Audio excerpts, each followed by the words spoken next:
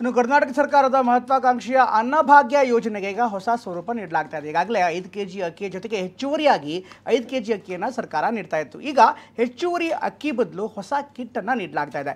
Indira canteen ಮಾದರಿಯಲ್ಲೇ ಈಗ Indira kit ಕೂಡ BPL ಕಾರ್ಡ್ದಾರರ ಕೈ ಸೇರ್ತಾ ಇದೆ. ಹಾಗಾದ್ರೆ ಇದರಲ್ಲಿ ಏನೆಲ್ಲ ಇರುತ್ತೆ, ಏನಿರೋ ವಿಶೇಷತೆ ನೋಡೋಣ ಬನ್ನಿ ಸ್ಟೋರಿಯಲ್ಲಿ.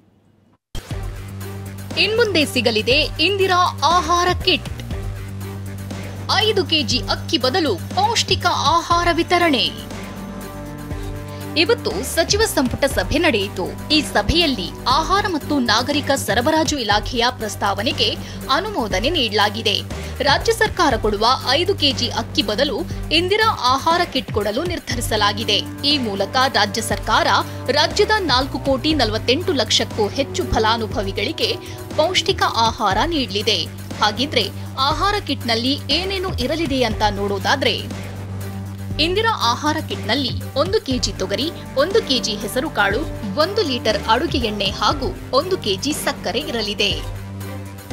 ಇನ್ನು ಪಡಿತರ ಚೀಟಿದಾರರ ಸಂಖ್ಯೆಗೆ ಅನುಗುಣವಾಗಿ ಕಿಟ್ನ ಪ್ರಮಾಣ ನಿರ್ಧರಿಸಲಾಗಿದೆ. ಅರ್ಧ ಕೆಜಿ ಎಲ್ಲ ವಸ್ತುಗಳನ್ನು ಕೊಡ್ತೇವೆ. 3-4 ಇರುವಂತವರಿಗೆ ನಾವು 1 ಕೆಜಿಯನ್ನು ಕೊಡ್ತೇವೆ. 5ರಿಂದ ಮೇಲ್ಪಟ್ಟಿರೋರಿಗೆ 1.5 ಕೆಜಿಯನ್ನು ಎಲ್ಲ ಪದಾರ್ಥಗಳು ಏನು ಕೊಡೋದು, ಅದು ಬೇಳೆ ಆಗ್ಬೋದು, ಸಕ್ಕರೆ ಆಗ್ಬೋದು, ಉಪ್ಪು ಆಗ್ಬೋದು ಮತ್ತು ಎಣ್ಣೆ ಆಗ್ಬೋದು, ಇವನ್ನೆಲ್ಲ ಈ ರೀತಿ ಕೊಡಬೇಕಂತ ಲೆಕ್ಕಾಚಾರ ಮಾಡಿದ್ವಿ. ಆದ್ರೆ ವಿಪಕ್ಷ ಬಿಜೆಪಿ ನಿರ್ಧಾರದ ಬಗ್ಗೆ ಟೀಕೆ ಮಾಡ್ತಿದೆ.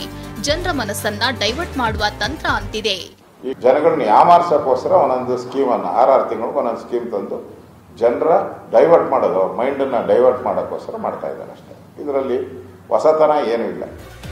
ಈಗ ಅಕ್ಕಿ ಕಳ್ಳ ಸಾಗಾಟವಾಗುವುದನ್ನ ತಡೆಯಲು ಮತ್ತು ಪಡಿತರ ಕುಟುಂಬಗಳಿಗೆ ಹೆಚ್ಚು ಸಮತೋಲಿತ ಆಹಾರವನ್ನ ಒದಗಿಸಲು ಈ ಕಿಟ್ ವ್ಯವಸ್ಥೆಯನ್ನ ಜಾರಿಗೆ ತರಲು ನಿರ್ಧಾರ ಮಾಡಲಾಗಿದೆ. ಹರೀಶ್, TV9 ಬೆಂಗಳೂರು.